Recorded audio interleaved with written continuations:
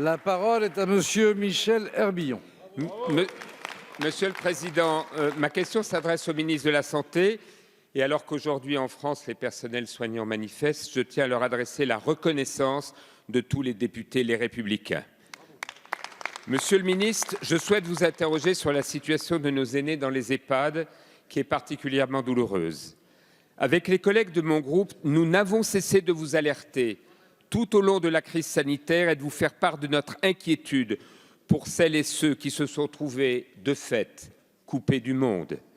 Outre l'angoisse de la maladie et la crainte de la mort, s'est rajouté depuis le 11 mars le poids de la solitude et de l'isolement, avec l'interdiction pour nos aînés de voir leurs enfants et leurs familles. Nombre d'entre eux sont même victimes de ce terrible syndrome du glissement qui leur ôte tout goût à la vie. Vous aviez annoncé des allègements à compter du 5 juin pour autoriser les visites, mais vos annonces au niveau national ont hélas été suivies de peu d'effets sur le terrain.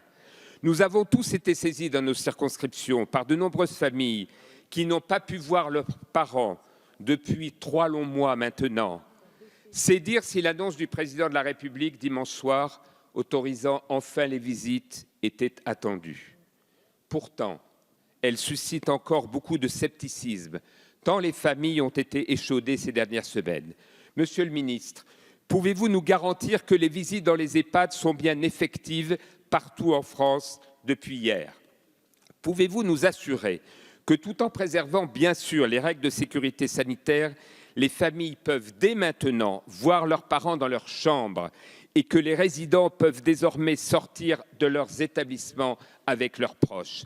Allez-vous, Monsieur le ministre, donner des instructions claires en ce sens, afin qu'il ne faille pas attendre encore de longues semaines pour que ces mesures entrent en vigueur et ne soient pas dévoyées par des réglementations locales? Il y a aujourd'hui urgence, car le moral de nos aînés est au plus bas. Il y a urgence à ce que désormais notre société leur porte l'attention et l'affection qu'ils méritent de recevoir. C'est une question de dignité. Chers collègues. La parole est à monsieur Adrien Taquet, secrétaire d'État auprès du ministre des Solidarités et de la Santé. Merci, Monsieur le Président, Mesdames et Messieurs les députés. Je peux vous garantir une chose, Monsieur le député, c'est que la sécurité, la santé, le bien-être aussi de nos aînés est la seule boussole. C'est la seule boussole depuis le début de cette crise et ça le reste aujourd'hui. Et je vais vous répondre très concrètement. Le virus a beaucoup circulé, vous l'avez rappelé, dans les EHPAD et cette circulation active a justifié le recours à des mesures de distanciation strictes. Aujourd'hui, la situation évolue, le nombre de cas est en diminution et nous permet d'engager une nouvelle étape. L'étape dont nous sortons a été difficile à vivre, vous l'avez dit, pour nos aînés, Monsieur Abad, pour leurs enfants, pour leurs petits-enfants également. Alors concrètement, cela signifie que dans les établissements qui ne déclarent plus de cas possibles ou confirmés de Covid-19, les directeurs devront établir d'ici la fin de la semaine, d'ici le 22 juin, un plan de retour progressif à la normale, en concertation avec les équipes soignantes et en particulier les médecins coordinateurs. Ces plans seront soumis obligatoirement au Conseil de vie sociale. Ces plans seront soumis au Conseil de vie sociale qui représente les résidents et leurs familles. Ça vous pose problème? Ça me semble totalement légitime. Nous avons un impératif. Mais sur le terrain, Monsieur le député, la situation n'est pas la même dans chacun des territoires. Et il est normal, il est légitime, il est de notre responsabilité de laisser à chaque directeur d'établissement d'établir le plan de retour à la normale qui est le plus adapté à la situation locale et à la santé, à la sécurité des résidents.